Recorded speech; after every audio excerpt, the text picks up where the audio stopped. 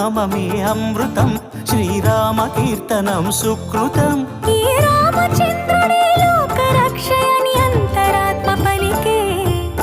జగదానందకారక జయ జానకి ప్రాణనాయక, శుభ స్వాగతం ప్రియ పరిపాలక. జగదా